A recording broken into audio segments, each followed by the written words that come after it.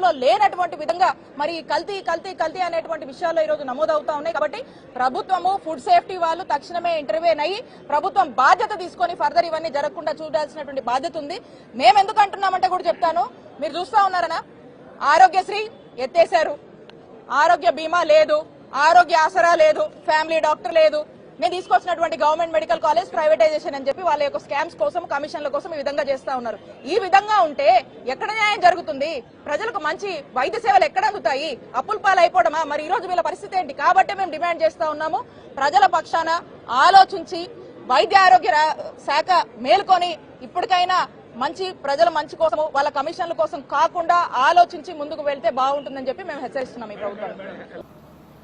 నేను ఒకటే చెప్తున్నా, మర్యాదగా ఉంటే మర్యాదగా ఉంటుంది. తెలుగుదేశం పార్టీ భయపడదు. తీవ్రవాదులతో పోరాడాం, ముఠా నాయకుల్ని పూర్తిగా కంట్రోల్ చేశాం, మత విద్వేషాలు రెచ్చగొట్టే వాళ్ళని నియంత్రణ చేశాం, రౌడీలు లేకుండా చేశాం. ఇప్పుడు రౌడీలు నేరస్తులు రాజకీయ ముసుగేసుకున్నారు. ముసుగు కూడా తీస్తా, రౌడీలను రౌడీలుగానే చూస్తా, నేరస్తులను నేరస్తులుగానే చూస్తా. No question of compromise. ఒకరిద్దరు పోలీస్ ఆఫీసర్లు ఎక్కడన్నా కానీ తప్పు చేసినా లేకుంటే లాలో చేపడితే మాత్రం అదే లాస్ట్ డే. వాళ్ళకు కూడా చాలా ఫర్మ్గా ఉంటాం. లా అండ్ ఆర్డర్ మెయింటైన్ చేస్తేనే రాష్ట్రానికి పెట్టుబడులు వస్తాయి. లా అండ్ ఆర్డర్ మెయింటైన్ చెప్తే ఎవరు పెట్టుబడులు పెట్టరు. ఈ రాష్ట్రానికి టూరిజం ప్రమోట్ చేయాలంటే ఒక ప్రశాంతమైన వాతావరణం ఉంటే వస్తాయి. టూరిజం ప్రమోట్ అయితే, అభివృద్ధి జరిగితే, ఇండస్ట్రీ వస్తే ఉద్యోగాలు వస్తాయి. మీకోసం ఉద్యోగాలు త్యాగ చేయడానికి మేము సిద్ధంగా లేం. ఇంకా పేదరికాన్ని పెంచడానికి సిద్ధంగా లేం. ఈ విషయం కూడా వీళ్ళు గుర్తుపెట్టుకోవాల్సిన అవసరం ఉంది. మీకు మీ కుటుంబ సభ్యులపైన కూడా గౌరవం లేకపోవచ్చు, కానీ మాకు గౌరవం ఉంది. మీ తల్లైనా చెల్లైనా మీకు గౌరవం లేకపోవచ్చు.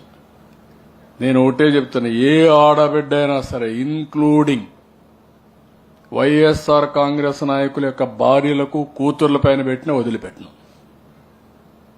I'm very clear. సభ్యత సంస్కారాన్ని వదిలిపెట్టద్దండి. మనుషులు మనుషులుగా ఉండండి, మృగాలుగా తయారు కావద్దండి. మృగాలుగా ఉంటే మృగాలను ఏ విధంగా ట్రీట్ చేయాలో అదే విధంగా ట్రీట్ చేస్తాం. మనుషులుగా ఉంటే మనుషులుగా ట్రీట్ చేస్తాం. ఇది ప్రజాస్వామ్యం, రాళ్ల యుగం కాదు, రాతి యుగం కాదు. ఆ విషయం వీళ్ళందరూ గుర్తుపెట్టుకోవాల్సిన అవసరం ఉంది. ఏదో వీళ్ళకే తెలివైనట్టు ఇన్ఫర్మేషన్ టెక్నాలజీ ప్రమోట్ చేసింది నేను. నా దగ్గర మీ కథలేంటి నాకు అర్థం కాలేదు. మీకోసం ప్రమోట్ చేయాల ఇన్ఫర్మేషన్ టెక్నాలజీని. సోషల్ మీడియా వచ్చింది తర్వాత. అలాంటి దాంట్లో మీ ఇష్ట ప్రకారం పెట్టి తప్పుడు అడ్రస్లు పెట్టి చేయడం తప్పిది. చాలా ఫర్మ్గా ఉంటాం. ఎవరైనా అలాంటి ధోరణిలో ఉంటే బీ కేర్ఫుల్, మానుకోండి. ఒట్టొట్టి అడుపులరిస్తే కుదరదు. నేను I'm very clear on that. పేదరికం అడగడం ఏదో జరిగిపోతుంది అంటే మీ ఇష్ట ప్రకారం తిడితే ప్రతి ఒక్కరు పడడానికి సిద్ధంగా ఉన్నారండి. పడాలండి. మొన్న డిప్యూటీ సీఎం అన్నాడు, వస్తామంటే కూతుర్లు బోరు నేర్చారు. Is it necessary? అనుభవించాలా మేము? ఏ నాయకుడైనా రాజకీయాల్లో వచ్చింది గౌరవంగా ఉండి ప్రజాసేవ చేయాలని. నేను ఆ మాట చెప్పాను. నన్ను కూడా ఒకసారి మోసం చేశారు, మీకు అందరికీ ఐడియా ఉంది. నేను ముఖ్యమంత్రిగా ఉన్నప్పుడు ఎలక్షన్ సీజన్లో బాబాయిని చంపి గుండెపోటు అంటే నేను కూడా నమ్మా, నిజమేనేమో అని. అది ఆ సాక్షి పేపర్లో వేసి తర్వాత గుండెపోటు కాదు గొడ్డలి వేటు అని తెలిస్తే సాయంత్రానికి తెల్లవారి మళ్లీ ఆ పేపర్లో నారాసుర రక్త చరిత్రని సానుభూతి సంపాదిస్తారా మీరు?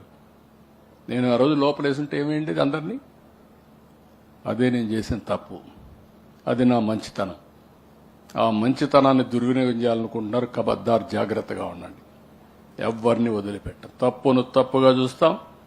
తప్పు చేసిన వాళ్ళు మాత్రం శిక్షించి తీరుతాం, పనిష్ చేసి తీరుతాం. ఎవడైనా ఈ రాష్ట్రంలో తమాషా అనుకుంటే మాత్రం నో తమాషా. అలాంటి గుర్తుపెట్టుకోమని హెచ్చరిస్తాను.